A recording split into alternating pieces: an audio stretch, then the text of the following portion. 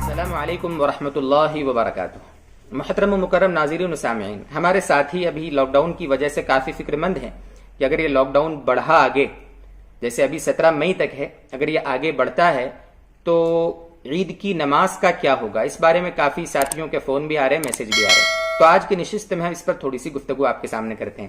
سب سے پہلی بات تو یہ دوستو بزرگوں کہ اللہ تعالیٰ سے ہم مکمل آہوزاری کے ساتھ یعنی یکسوئی کے ساتھ، اہتمام سے، قبولیت کے یقین کے ساتھ اللہ تعالیٰ سے آہوزاری کے ساتھ دعا فرمائیں کہ اللہ تعالیٰ یہ بیماری دنیا سے ختم کر دے اور مسلمان یہ تہوار جو ہے خوشی کا، اس کو خوشی خوشی مل جل کر آپس میں منائے، اس کی اللہ تعالیٰ سے دعا فرمائیں۔ لیکن دیکھیے تقدیر پر ہمارا ایمان ہے، اگر مقدر میں یہی لکھا ہے کہ لاک ڈاؤن آگے بڑھے گا اور ہمیں عید بھی اسی حال میں منانی پڑے گی، تو اب عید کی نماز کا کیا حکم ہے؟ کیا ہم عید کی نماز گھروں پر پڑھیں گے یا کیا کریں گے؟ اس بارے میں انشاءاللہ ایک دو باتیں آپ سے عرض کرنی ہیں۔ سب سے پہلی بات تو یہ دوستو بزرگوں کہ عید کی نماز کے شرائط وہی ہیں، یعنی کہاں پڑھنا ہے، کیسے پڑھنا ہے، جو جمعے کے شرائط ہیں۔ اگر شہر ہے، بڑا قصبہ ہے جہاں جمعے کے شرائط پائے جاتے ہیں تو وہاں عید کی نماز بھی پڑھی جا سکتی ہے۔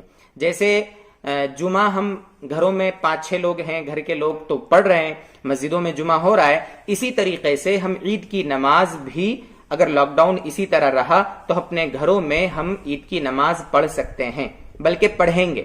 4-5 لوگ، یعنی جیسا بتایا تھا کہ امام کے سوا 3 بالغ مرد ہونا ضروری ہے جماعت کے لیے، جمعے کی نماز کے لیے بھی اور عید کی نماز کے لیے بھی۔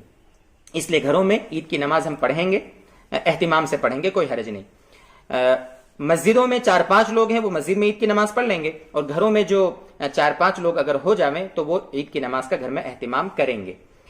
جمعے کے لیے جیسے خطبہ شرط ہے، اسی طریقے سے عید کی نماز میں بھی خطبہ ہوتا ہے۔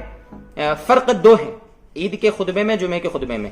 جمعے میں جو خطبہ ہوتا ہے وہ شرط ہوتا ہے، ضروری ہوتا ہے، اس کے بغیر جمعہ نہیں ہوتا، ٹھیک ہے۔ اور اسی طریقے سے جمعے کی نماز میں خطبہ پہلے ہوتا ہے، نماز بعد میں ہوتی ہے۔ لیکن عید کی نماز میں خطبہ بعد میں ہوتا ہے، پہلے نماز ہوتی ہے۔ اور عید کی نماز میں جو خطبہ ہوتا ہے وہ سنت ہوتا ہے، ضروری نہیں ہے، مسنون ہے۔ عید کی نماز واجب ہے، البتہ عید کا جو خطبہ ہے نا وہ سنت ہے، بس یہ تھوڑا سا فرق ہے۔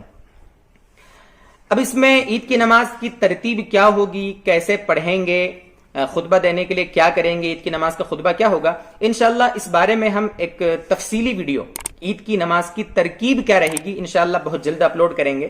دیکھیں ایک بات یہ ذہن میں رکھیں کہ عید کی نماز کا یہ جو مسئلہ ہے یہ مجبوری میں ہے، اس کو ذہن میں رکھیں۔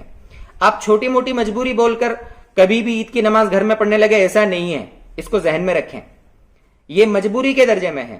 ورنہ تو عید کی نماز کی شان یہ ہے کہ وہ ایک بڑے مجمع کے ساتھ ایک کھلے میدان میں ادا کی جاتی ہے، عیدگاہ میں یا کسی کھلی جگہ میں ادا کی جاتی ہے، چونکہ عید کی نماز میں اہتمام زیادہ دعا کا ہوتا ہے۔